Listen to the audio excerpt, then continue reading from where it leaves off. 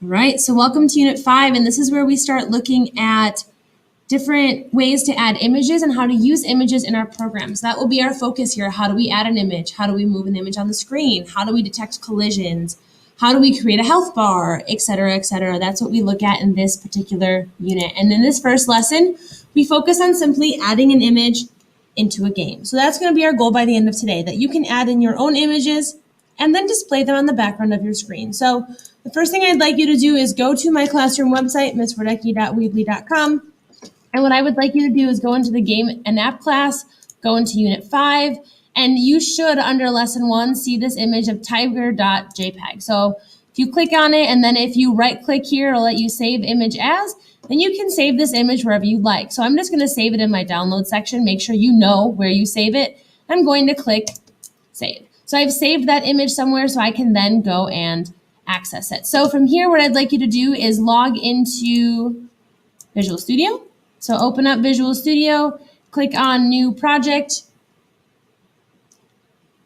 We're going to create a new project called Unit 5, Lesson 1, Add Image. Make sure it's a mono game project and click OK. And now from here, I'm going to be jumping back and forth between mono game and my PowerPoint, so just kind of bear with me as I'll need to cover concepts in my PowerPoints and on the screen. So we're going to add in an image in this lesson. And to load in an image, the first thing we need to do is we actually need to load that picture into what's called a texture 2D object. And you can name this object whatever you'd like, but you need to load in a picture into this object. That is how you get that picture into your game. So what we're going to do is we're going to create a texture 2D object to essentially bring that image into the game. And what I like to do is I like to be purposeful with my naming. So I know that we're bringing in a picture of my cat Tiger. So I like to name my texture 2D object Tiger. So later on in my code, I know exactly what I am looking at. I'm looking at an image of Tiger. Now from here, we need to load this picture in via the load content method. So we've talked about the load content method before. It's down here. It's a method we haven't used just yet. This area right here is where we actually load content into our game, and a picture is a type of content. So this line of code here is how we do so. You'll notice that it has the name, which is the name of your object, which in this case is Tiger. So I'm going to type that in and say, okay, Tiger, that's equal to, and then this long string of code is how you actually load that picture in. So this portion here is saying go into this program, go into the content folder, and you're going to load something in. That's what that portion in red is saying. So I'm saying go into this project, go into the content folder, and we're going to load in a picture. Now, that's probably a little confusing to you right now because we haven't actually brought this picture into our content folder. What you'll notice over here is we have something called a content folder, and that is where we store all of the content we want to be in our game. And if you right-click on content, go to add, and then do existing item, because we have an existing picture. If you go into existing item, you'll be able to actually go and find that picture, and that's why it's so important to remember where you saved the picture of my beautiful cat. So if you click on downloads, if that's where you saved it, I know that my picture's in downloads. You saw me save it there. And what you'll notice over here is right now it's only displaying Visual C# files. If you click on that and display all files, you'll see all of the files that are in that particular folder. You can see I have a lot in here, but at the very, very top, because I click on date modified, that means it's the last item that I loaded in here. And I can see tiger.jpg is right there. So I click add. And what you'll notice is off to the side, it actually adds that picture right into my program. And if you hover over it, you can see that that is the picture. So now this line of code that we were writing makes a lot more sense. We're saying go into this project, go into the content folder, and we're going to load something in. And what we're going to load in is a texture 2D object. So I have texture 2D object. And then this right here in parentheses inside quotations is where I put my file name. So I have parentheses, I then have quotations, and I look over here and I see that this is lowercase tiger.jpg, and my file name needs to match that exactly. So whatever you loaded that picture in as, that's what it needs to be on your screen right now. So I have lowercase tiger.jpg. That is exactly the file name I have over here.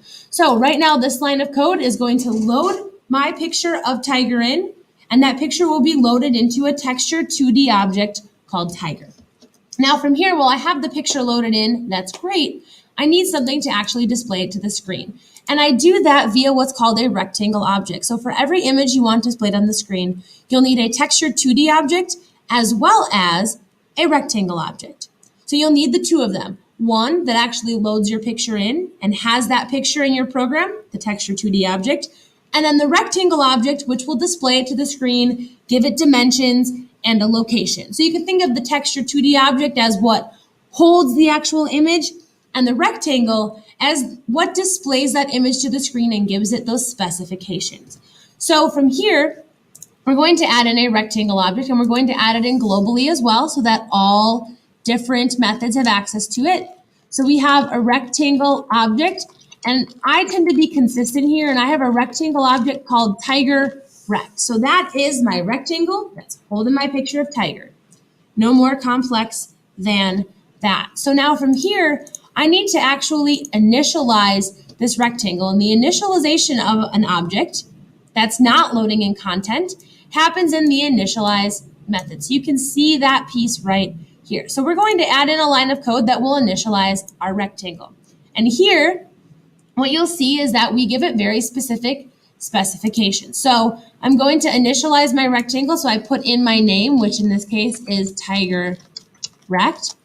And here you can see we're creating a new rectangle object. You can see that code from chapter 3 popping back up. So we're creating a new rectangle, and a rectangle takes in 4 parameters. And you can see here it takes in the X location, the Y location, which is talking about the upper left-hand corner of that rectangle where we want it to be. And then we send in its width and its height and the number of pixels. So we enter in 4 values: the X location of the upper left-hand corner, the Y location of the upper left-hand corner, the width, and the height. So for this particular picture, I'm going to initialize my rectangle right here to be with the upper left-hand corner at the location 100 and then 50. So I'll be at X is 100, Y is 50, and then I use the dimensions of 400 and 300 to display it to the screen. Now, if you're unsure of what those dimensions should be, you can actually go into Paint, which is a program on Windows. So you can open up Paint, and then what we can do is we can actually open up this image. So this image is contained inside of our project. So we go into Visual Studio 2015, Projects. I know this one is called Unit 5, Lesson 1, Add Images. If I keep going into my content folder, I can access my picture of tiger. And here, what I can do is I can view it, I can change the size of it, etc., etc. If I click on resize, essentially what I can do is I can alter the number of pixels. And if you click on pixels here, you'll be able to see that it's currently about 402 by 303. I can change that if I want. You can undo the maintain aspect ratio if you want. You can change it by percentage in pixels, whatever you want to do. But I know my picture is about 400 by 300. So I want a rectangle that is that size to hold my picture of tiger. Now, use Paint as you wish. You can resize that image all you want, but that's a good way to check what are the dimensions of my picture and can I change them and what should they really be. So from here, I have 400 for my X width, 300 for my Y height. And now from here, I have actually initialized that rectangle so it can then be drawn to the screen.